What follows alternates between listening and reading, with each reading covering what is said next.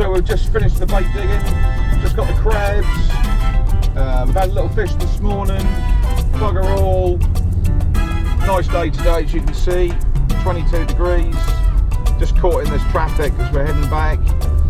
Got to put the bait in the fridge, got to put the crabs in the greenhouse, and yeah, all in all.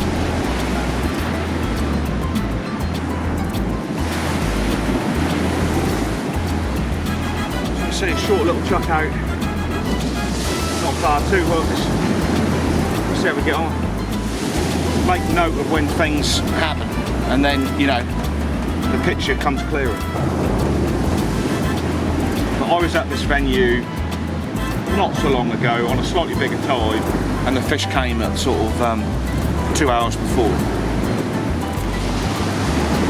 It's quiet, so quiet.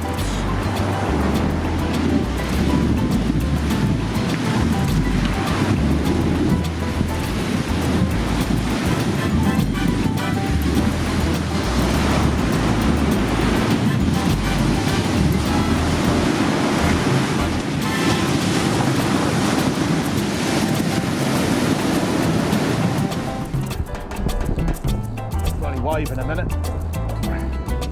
Soak the bloody bag. The lug.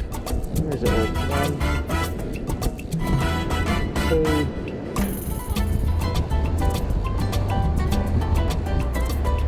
Funny shape one. Right, expert timing with this one. Right, key thing is not wrap around the bloody rod tip.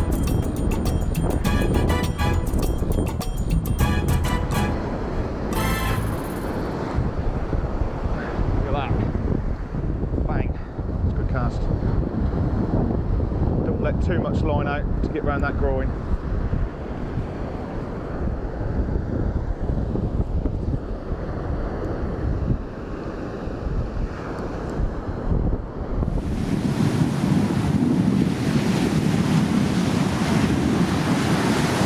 Wet bag size, that's what we got. That's what 25 lug there.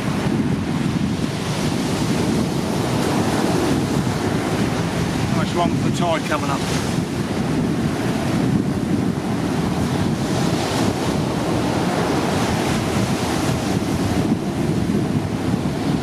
We're lobbing it out too bloody far. Usually that's the first sort of few minutes when you get a bass on logworm.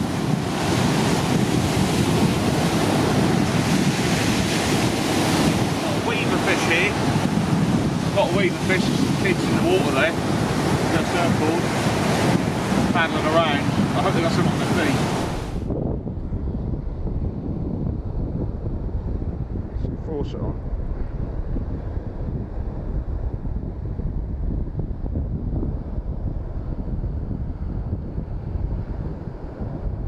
Very careful. Easy to fuck this up.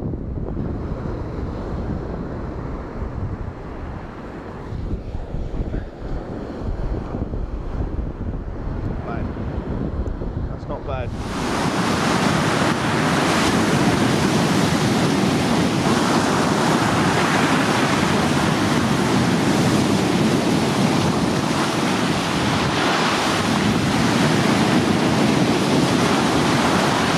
There you go, so grab the tails, dip it to the body, try and get the hook out. Hell of a bite. So, the old doggy, bass and a dogfish.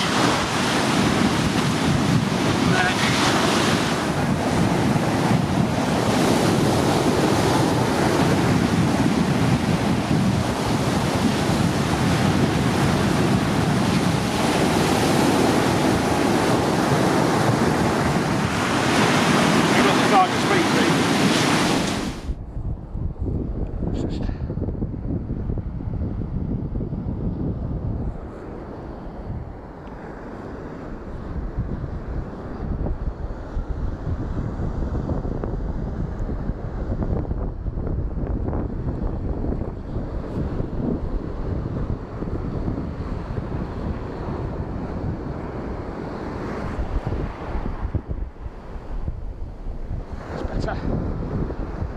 cast. Crab nibbling on it or something. It's a good thing about braid is that you can see exactly what's going on with it.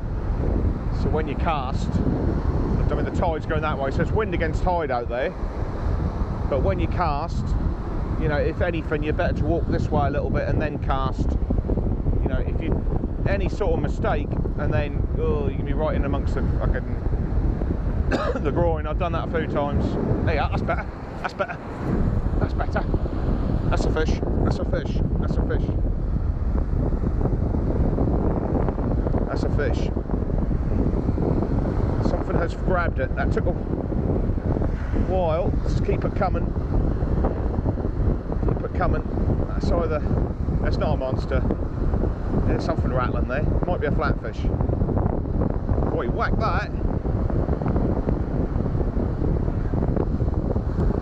Whack this. There's something there. Don't drop off. That's a bass, I think. There you go. That's how you do it. Good bloody foam on him. Well, that's how you do it. See, he weren't a monster, but it's good on braid.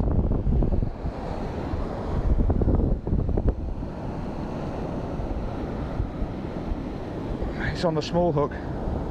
Yeah, little bass grabbed it. Bloody foam on there. There you go. That's what it's all about. He's off. That's quite a stocky little bass actually. It's on the size 2. Look at that. That is gorgeous. Put him back. Let's put him back. That is gorgeous. Cool, you hit that for a little fish. He's away. He's away. Beautiful. Mission accomplished. Right, so we've got a 125 on a 100 gram rod. That's the Any Fish Anywhere estuary rod. It's going a bit lighter today because of neap tides. Shouldn't be so much weed about. It is an easterly, but that's not horrendous at the minute. I've got shelter behind this wall. Just one rod, 50 lugworm. Not going to cast it to the horizon. Fishing braid, £50 braid. No need to tie a shock leader with that. Snood. This is £20 black amnesia. I find the black works just as well.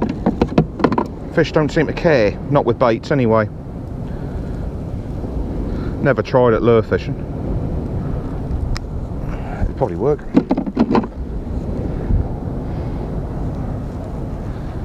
So we're just going to tie on a snood, big loop. I want to go around 6 times.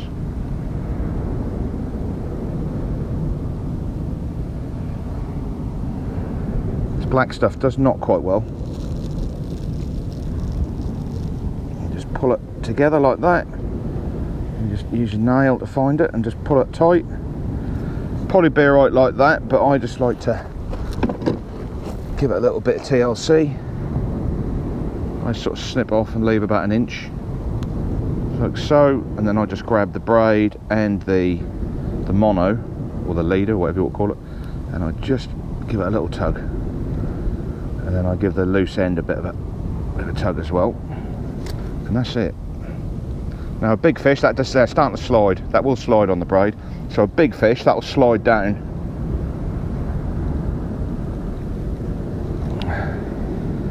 So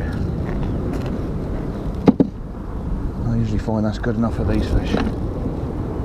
So I'm going to put on a number 2. Try and get one out. These are quite fine wire, these hooks. You do go through quite a lot, but I find they're brilliant.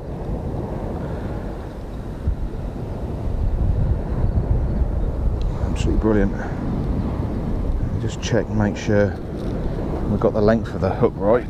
That's just about right. A little bit long, but just what, a strong small knot, because you don't want the knot to bugger up the lugworm when you're threading it on. So I just go through like that. Get a bit of moisture. And again, just pull it tight. Now I might put 2 hooks on. Just leave a little bit like that, and that's it. That's the rig. It's a little bit long, so all we do, we just slide it up. Yeah, sliding it up to there. And I could put another one on, which I might do. Right, these lugworms have kept in really good condition, which is awesome. So what we do, just thread them on. Like so, they've got nice and tough as well.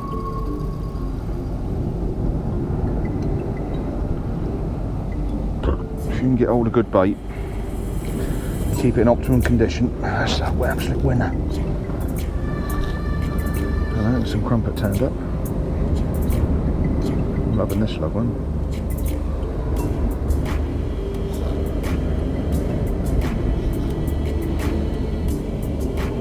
That's it, it's on the hook there. Right, tighten the drag.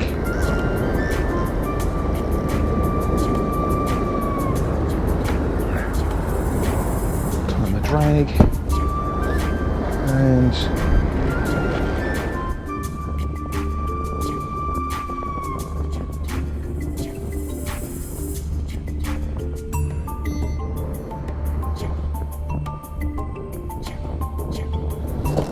as you can see, short little chuck out, not far, 2 hooks. We'll see how we get on. I think we've got another couple of hours till high water.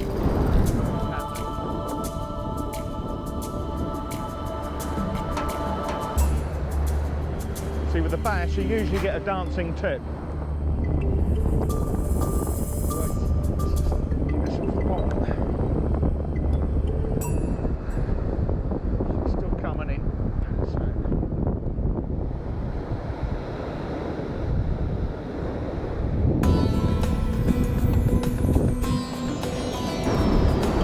Right, so let's not lose it right at the end as we start to try different things. Trying that